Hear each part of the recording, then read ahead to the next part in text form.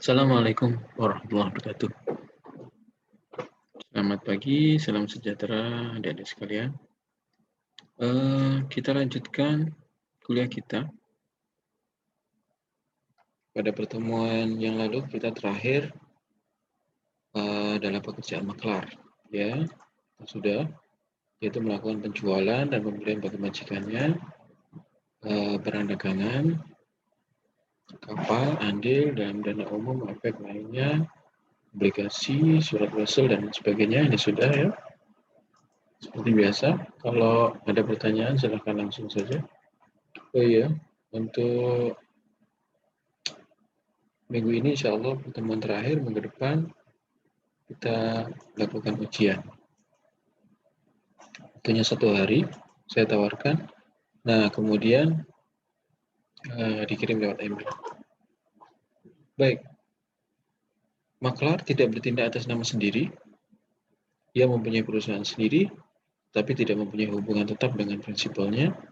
Dapat memberikan jasanya sebagai maklar kepada pedagang.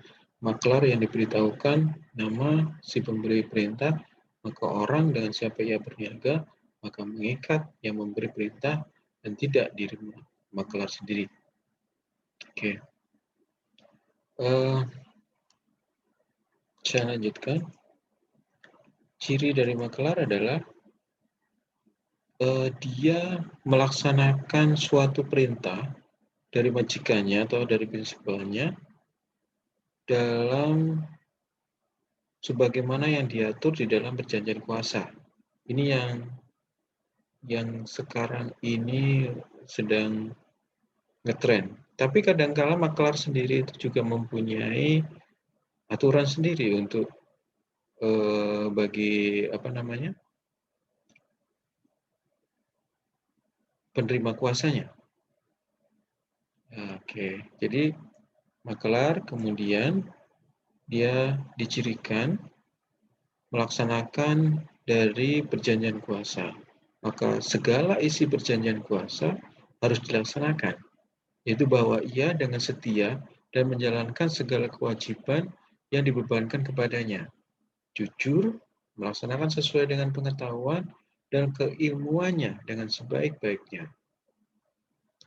Jadi, adik-adik jangan melihat maklar itu dalam satu bidang perdagangan saja ya. Jadi, perdagangan, apalagi perdagangan internasional itu, perdagangan lokal saja sangat luar biasa banyak jenis maklarnya. Maklar tanah beda dengan maklar elektronik. Maklar elektronik beda dengan maklar tembakau. Ya.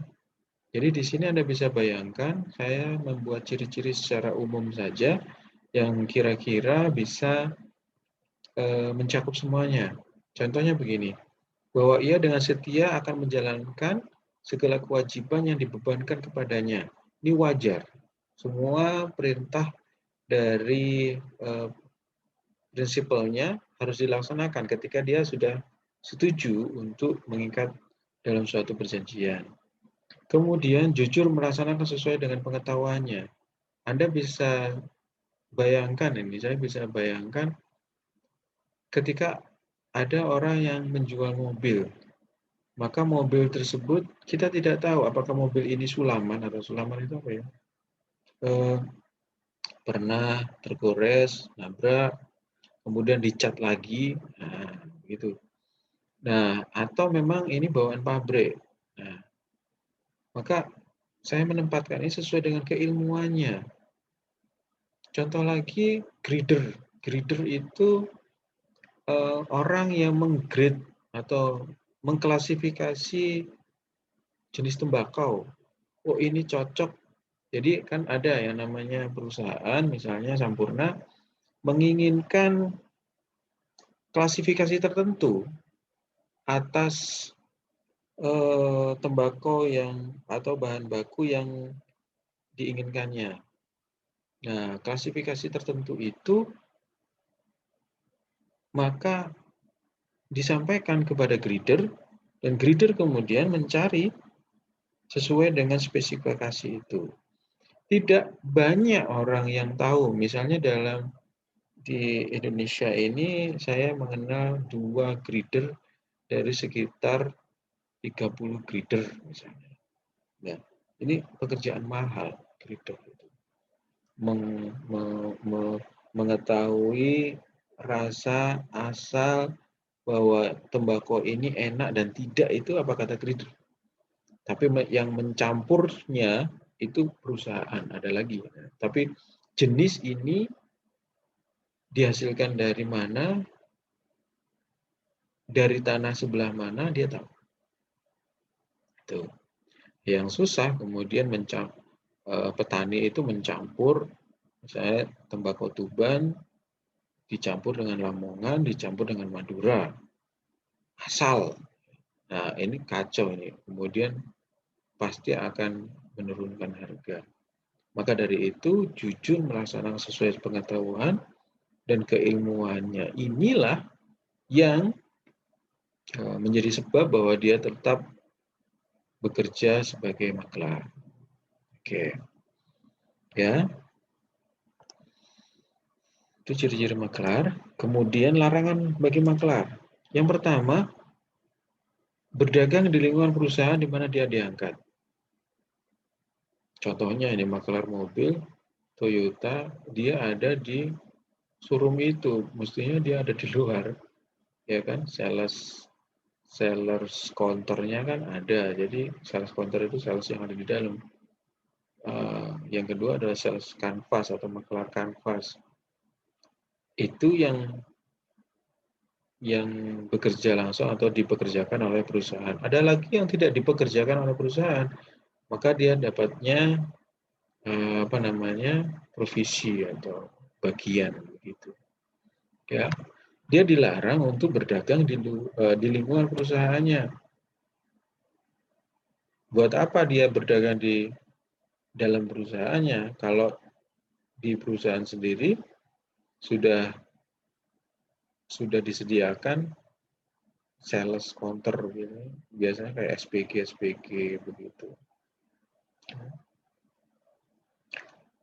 Terus yang kedua, menjamin perjanjian yang dibuat dengan perantaraannya. Ini yang susah. Jadi saya rasa ya, lapangan pekerjaan di luar sana itu sangat banyak. Saya bilang sangat banyak itu, ya memang banyak. Gitu. Cuman lebih banyak orang yang tidak mau bekerja daripada ingin bekerja. Lebih banyak orang yang ingin memilih-milih pekerjaan yang sesuai. Saya ingin bekerja di kantoran saja. Saya ingin bekerja di belakang meja saja. Nah, itu yang kemudian menjadikan seseorang itu tidak bekerja gitu. Sedangkan pemodal atau pemilik perusahaan pikirannya kan lain. Untuk mendapatkan pekerjaan itu memang juga sulit. Kenapa ya? Karena mencari orang jujur susah. Menjamin pekerjaan yang dibuat dengan perantaraannya itu susah. Maka seperti perusahaan saya misalnya dulu bikin suatu badan usaha, kalau rugi 1 miliar, itu ada perusahaan ayah saya begitu. Nah, sedangkan untuk mencari orang yang tepat saja agak sulit. Sulit sekali. Serius. Semakin lama kejujuran, dedikasi, orang yang bekerja keras itu jarang sekali. Maunya gaji tetap, mudah, biaya tinggi, ber-AC, dan sebagainya. Itu yang susah. Ya, ini larangan dari maklar yang berdagang di lingkungan perusahaan di mana dia diangkat dan menjamin perjanjian yang dibuat dengan perantaranya. Ini sangat fatal sekali. Poin 2 itu Anda bisa bayangkan nih. makelar luaran atau makelar yang di luar, itu dia berhak menerima uang loh dari sang pembeli, karena dia sebagai perantara kan. Ini pedagang, penjual, saya perantara, ini pembeli. Yang ini membeli itu. Nah, saya kemudian meyakinkan pembeli, maulah dia itu membeli barang si penjual. Nah, untuk misalnya mobil dengan harga 100 juta, down payment-nya, bayar uang di mukanya berapa? Minimal 5 juta. Dari 5 juta itu kemudian kepegang tangan makelar. Dia hanya diberikan, misalnya si pembeli itu hanya diberikan selembar surat SPK, surat perintah kerja dengan nota 5 juta tersebut. Anda bisa bayangkan betapa perusahaan memberikan kepercayaan kepada si makelar. Maka makelar oleh undang-undang diwajibkan untuk menjamin perjanjian yang dibuat dengan perantara. Ya, sampai sebegitunya kita harus mikir yang namanya makelar. Oke. Kewajiban makelar dalam membuat catatan. Ada kewajiban lagi yang diperintahkan oleh undang-undang. Pembuatan catatan sama juga dilakukan dalam pasal 64 dan pasal 6 KUH Dagang. Jadi dia wajib membuat catatan. Dasar hukumnya adalah pasal 64 BVK dan pasal 64 BVK Wetboek van Koophandel itu KUH dagangnya Belanda, itu sama dengan pasal 6 KUH dagang. Begitu loh maksud saya. Jadi ini KUH dagangnya Belanda. Oke. Cara membuat catatan. Cara membuat catatan oleh makelar sebagaimana diatur dalam pasal 66. Yang pertama, wajib untuk segera mencatat dalam buku saku mereka. Walaupun ini tidak disebutkan tanggal dan lain sebagainya, maksudnya jamnya, maka upaya ini sebagai salah satu syarat untuk menggugurkan kewajiban si makelar itu sendiri. Ya, paham ya? Jadi ketika dia membuat suatu peristiwa, melaksanakan suatu peristiwa, maka dia sedapat mungkin segera membuat catatan dalam buku saku mereka. Yang kedua, setiap hari memindahkannya ke dalam buku harian mereka. Ada buku saku, ada buku harian. Kenapa? Karena buku saku sifatnya untuk sementara. Sedangkan buku harian itu sebagai pencatatan-catatan yang permanen. Yang ketiga, tanpa bidang-bidang kosong. Artinya, ketika poin 2 sudah dilaksanakan, maka bagian paling tepi akan diberikan penggaris atau biar tidak keluar lagi, atau biar tidak ada catatan-catatan tambahan yang, oh kemarin lupa misalnya. Nah, itu tidak boleh. Tidak mencatat ini misalnya. Oke, sehingga wajib tanpa bidang-bidang kosong. Yang keempat, tanpa garis-garis sela. Ada selanya. Jadi tidak boleh ada garisnya sela. Atau catatan-catatan pinggir. Tambahan-tambahan ini maksud saya.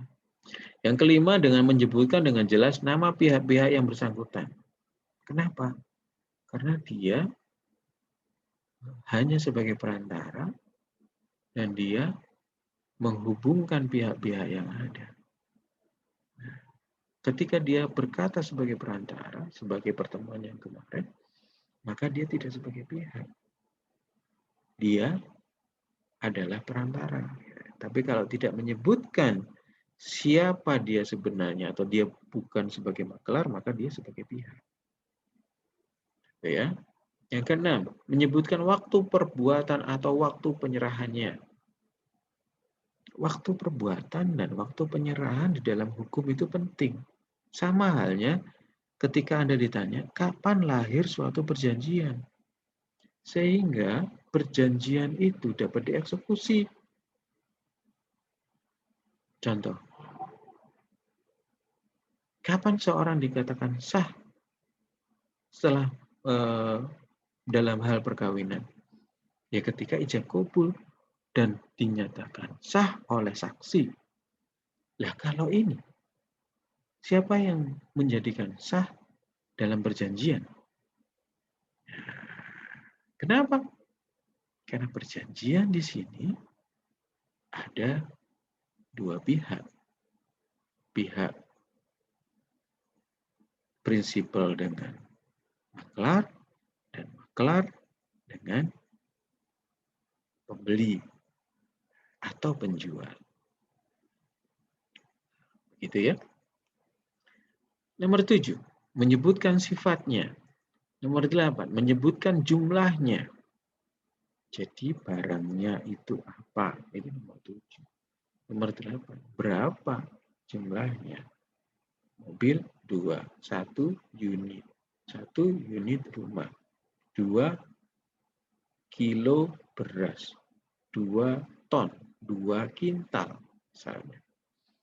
Nomor 9, menyebutkan harga barangnya. Ini apa? Kalau di dalam perjanjian, poin 6, poin 7, poin 8, poin 9, ini apa coba? Ada yang tahu? Ya, ini adalah hal tertentu. Ya, kan ada 4 syarat sah perjanjian. Cakap, sepakat, hal tertentu, sebab yang halal. Ya. Yang ke-10, menyebutkan semua persyaratan perbuatan yang dilakukan. Nah, ini dia. Ini tambahan. Maksudnya tambahan, jika di lapangan kemudian si penerima barang atau penjual barang atau pembeli barang itu kemudian mensyaratkan sesuatu, contoh, yang saya terima dengan kadar air sekian. Saya beli gabah dengan kadar air sekian. Maka ini menjadi persyaratan. Begitu. Bagaimana makelar dewasa ini? Makelar sekarang membuat nota penutupan dari tiap-tiap perjanjian yang dibuat dengan perantaraannya atau membuat surat jual beli. Sedangkan buku harian ialah sebuah himpunan dari nota-nota dan surat-surat tersebut. Oke. Apa maksudnya di sini? Makelar sekarang membuat nota penutupan dari tiap-tiap perjanjian yang dibuat dengan perantaraannya atau membuat surat jual beli. Oke, Anda paham posisi makelar? Maka makelar di sini dia harus menyelesaikan semua kegiatannya dengan bentuk-bentuk laporan pertanggungjawaban dari tiap-tiap perjanjian yang dibuatnya. Artinya ada yang harus dilaporkan kepada para prinsipalnya bahwa dia telah melakukan ini, itu, dan lain sebagainya, menutup perjanjian ini dan itu, atau membuka perjanjian ini dan itu, dealnya besok atau lusa dan lain sebagainya, itu sudah tergambarkan kepada si prinsipalnya. Ya, Anda bayangkan sekarang misalnya makelar saham, broker saham, ya, broker saham kalau kemudian dia tidak membuat ini, maka apa yang dilaporkan kepada pemilik uang, pemilik modal, ya kan? Nah, itu menjadi kewajiban dari makelar pada saat ini. Sedangkan buku harian ialah sebuah himpunan dari nota-nota dan surat-surat tersebut. Jadi dia di-packing gitu. Oh, saya telah melakukan ini, tanda tangan Kalau sekarang itu ada SPPD, surat perintah perjalanan dinas, misalnya kalau di PNS. Tapi kalau di swasta itu laporan kerja saja bentuknya. Saya telah melakukan ini, mohon ditandatangani. Saya telah melakukan kunjungan ini kepada Bapak, mohon ditandatangani. Kapan, di mana, jamnya, dan apa yang saya lakukan. Dan itu makelar dewasa ini. Yang selanjutnya adalah kekuatan pembuktian catatan-catatan makelar. Bagaimana jika kemudian ada sengketa dalam yang melibatkan antara prinsipal dan pihak yang dihubungkan oleh makelar? Oke. Kekuatan pembuktian catatan-catatan makelar. Yang pertama, dalam hal buku catatan makelar tidak seluruhnya diingkari oleh hakim atau oleh lawan maksud saya. Maka buku harian itu dapat memberikan bukti tentang saat terjadinya perjanjian dan penyerahan. Oke. Satu hal dalam perjanjian itu ada peristiwa hukum. Kapan terjadinya dan kapan penyerahannya. Ada levering kalau hukum benda. Maka dua hal ini bisa membuktikan suatu peristiwa hukum tertentu. Yang kedua, jenis serta banyaknya benda. Yang ketiga, harga benda. Yang empat, klausula perjanjian. Poin A, B, C, D ini umumnya menjadi pokok persoalan sengketa dagang. Oke. Sudah ya. Yang kedua, kalau perjanjian yang bersangkutan di muka hakim, seluruhnya dibantah oleh pihak lawan, maka catatan makelar masih juga mempunyai kekuatan pembuktian sesuai dengan kebijaksanaan hakim. Apa maksudnya? Pak Hakim terserah, ini catatan yang ada. Saya diperintahkan oleh undang-undang seperti ini. Jika kemudian Pak Hakim tidak menjadikan ini sebagai alat bukti, ya silahkan. Tapi yang jelas posisi saya sudah selesai dan tuntas gitu. Pekerjaan saya tidak ada yang menyebabkan saya sebagai tersangka juga dalam peristiwa hukum ini. Ya, begitu. Jadi apa kata hakim sudah? Karena hakim yang akan memberikan keputusan. Yang ketiga, jika perjanjian nomor 2 langsung dimasukkan dalam buku harian, maka buku harian masih mempunyai kekuatan pembuktian yang bersifat sekedar resmi. Tadi yang seperti saya jelaskan, ya sudah. Pokoknya saya sudah melakukan. Terserah nantinya. Itu akan menjadi benar atau salah apa kata hakim. Tapi independensi yang namanya makelar ditunjukkan di dalam nomor 2. Catatan-catatan itu sah. Kenapa? Karena dia sudah dibuat di pinggir, kemudian tidak ada celah, kemudian ada nota-nota, kemudian ada dokumen lain yang dikumpulkan, kemudian dilaporkan setiap harinya oleh makelar. Nah, ini sebagai kekuatan pembuktian catatan-catatan dari makelar. Baik, saya akan lanjutkan. Bagaimana tanggung jawab makelar? Tanggung jawab ini kemungkinan timbul karena kerugian dari perbuatan makelar. Maka makelar wajib mengganti kerugian, tanggung jawab juga meliputi perbuatan makelar. Kenapa? Ya, kalau bekerja bohong-bohongan, dia menjamin sesuatu yang tidak kemudian ditanggungkan, maka dia harus bertanggung jawab atas ucapan-ucapan. Ngomong A, pertama si penjual ngomong A, disampaikan B. Ngomong B, disampaikan C. Jadi tidak sesuai, maka contoh, saya punya barang gabah dengan kadar air kering 90%. Tapi yang datang 50%. Maka Kan ini berbeda bobotnya, jumlahnya, kadar airnya, maka ini bisa batal demi hukum suatu perjanjiannya. Ya kan? Maka ketika sudah terjadi seperti itu, si makelarlah yang wajib mengganti kerugian.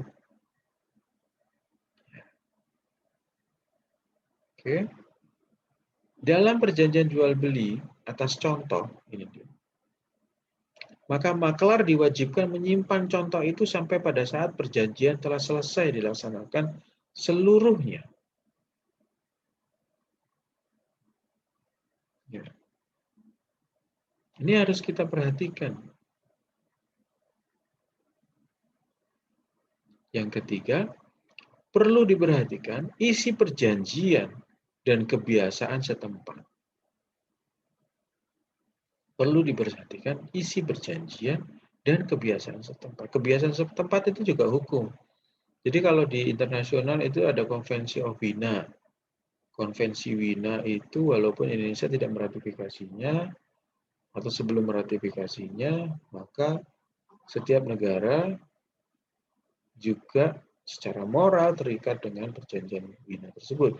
Karena itu hukum kebiasaan internasional. Seperti halnya Fakta Sunt Servanda atau hukum janji adalah hutang. Di setiap negara maka mengenal Fakta Sunt Servanda. Nah, ini kebiasaan. Kebiasaan. Perlu diperhatikan isi perjanjiannya. Karena maklar tadi sebelumnya juga kita sudah mengenal bahwa dia perjanjian pemberian kuasa. Selanjutnya, dalam perjanjian jual beli wesel atau surat berharga lainnya. Jadi contohnya SPK.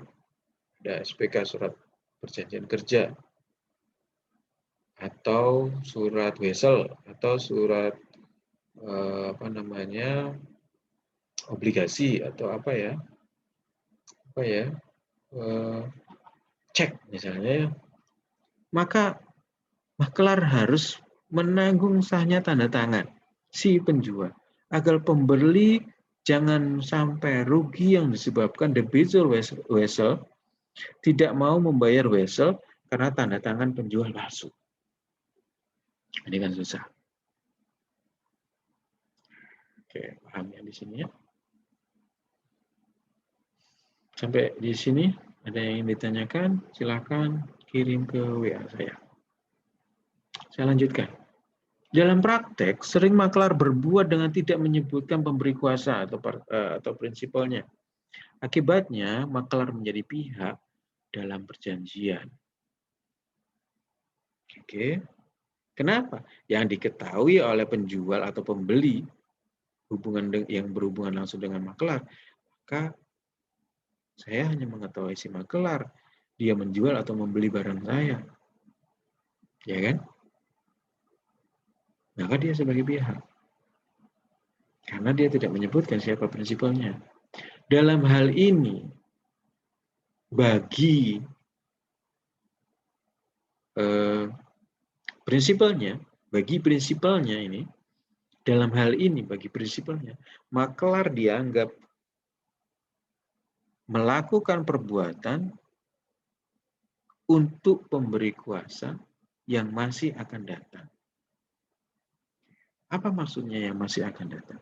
Sampai maklar itu mengatakan bahwa dia adalah maklar atau penerima kuasa yang diberi kuasa oleh prinsipalnya.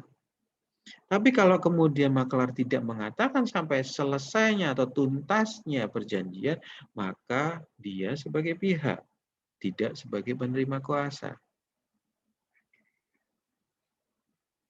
Oke ya.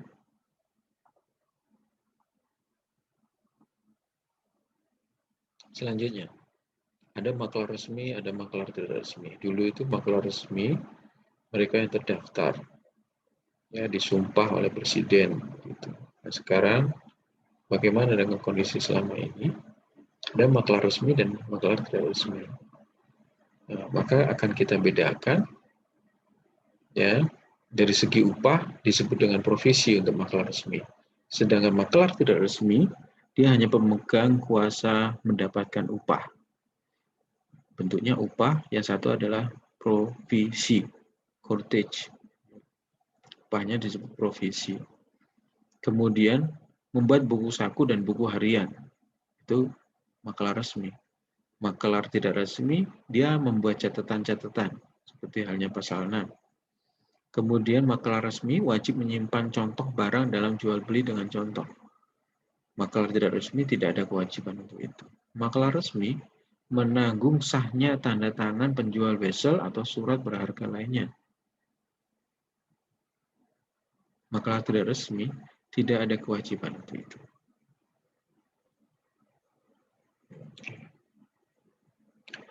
Saya contohkan juga ya.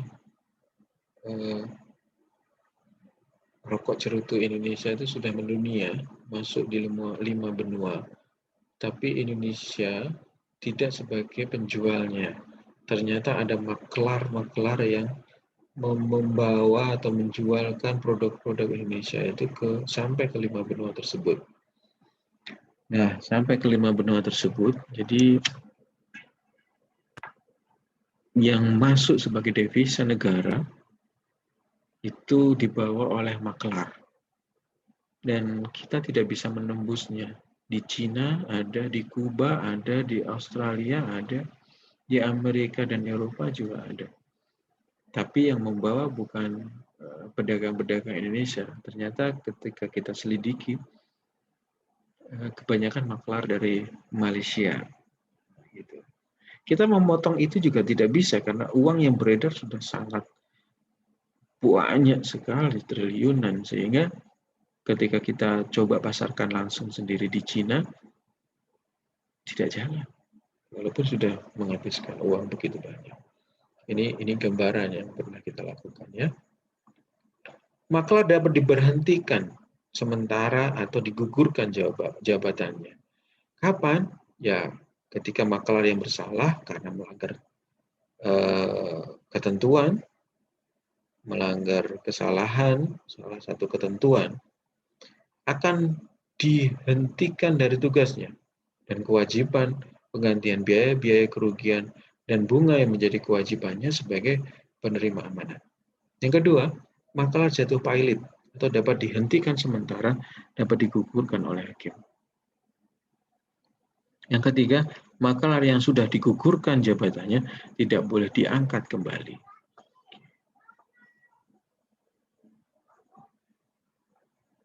Sampai di sini.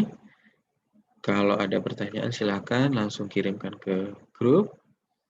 Terima kasih. Minggu depan insya Allah kita ujian. Kemudian setelah ujian minggu depannya lagi akan disambung oleh Pak Dr. Fendi. Semoga Anda bisa memanfaatkan ilmu-ilmu dari Pak Dr. Fendi yang sangat luas, mendapatkan barokah ilmunya, dan bermanfaat. Terima kasih. Saya akhiri. Assalamualaikum warahmatullahi wabarakatuh.